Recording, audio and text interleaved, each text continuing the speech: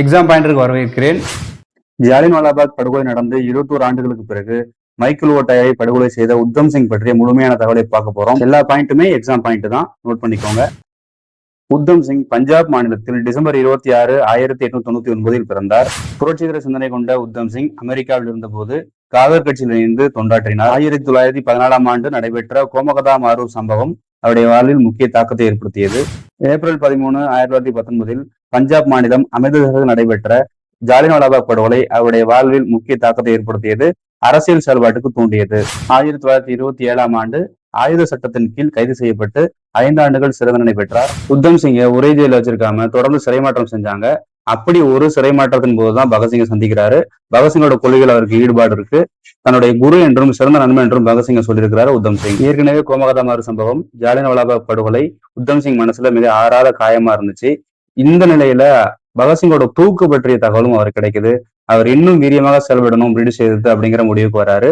சிறையிலிருந்து வெளியேறிய பிறகு லண்டனுக்கு சென்றார் 1935 ஆண்டு. அங்க அவர் கிடைச்ச பல்வேறு வேலைகளை செய்யறாரு. ஆனா அவரோட நோக்கம் ஜாலியன்வாலாபாக் படுகொலைக்கு உத்தரவிட்ட பஞ்சாப் மாநிலத்தின் அன்றைய துணைநிலை ஆளுநரா இருந்த மைக்கேல் ஓ டயரை சுட்டுக் கொள்றதுதான்.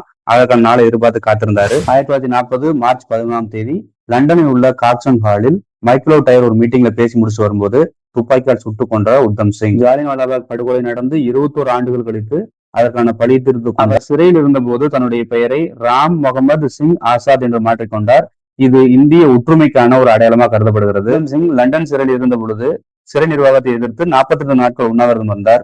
இவருக்கு தூக்கு தண்டனை விதித்த நீதிபதி அட்கின்சன். இவரை பாதுகாப்பதற்காக வாதாடியவர் V.K. கிருஷ்ணமேனன். ஜூலை 31, 1940 அன்று அவருக்கு தூக்கு தண்டனை நிறைவேற்றப்பட்டது. இறந்த உடலை லண்டனில் உள்ள பென்டோன்வில் சிறையில் புதைத்திருந்தார்கள். 1974 ஆண்டு ஜூன் 19 அவரது உடலின் எச்சங்கள் இந்தியா கொண்டு வரப்பட்டு இந்தியாவில் உரிய அரசு மரியாதையோடு இறுதி சடங்கு செய்யப்பட்டது. உத்தம் சிங்கின் சாம்பல் ஜாலியன்வாலாபாக் மைதானத்திலும் அவர் வாழ்ந்த முக்கியமான இடங்களிலும் துவப்பட்டது. இது போன்ற தேர்வு தொடர்பான முக்கியமான தகவல் தெரிஞ்சுக்கிறதுக்காக இந்த சேனலை மறக்காம சப்ஸ்கிரைப் பண்ணி வச்சுக்கோங்க. உங்க நண்பர்களுக்கும் பகிர்ந்துக்கோங்க. நன்றி.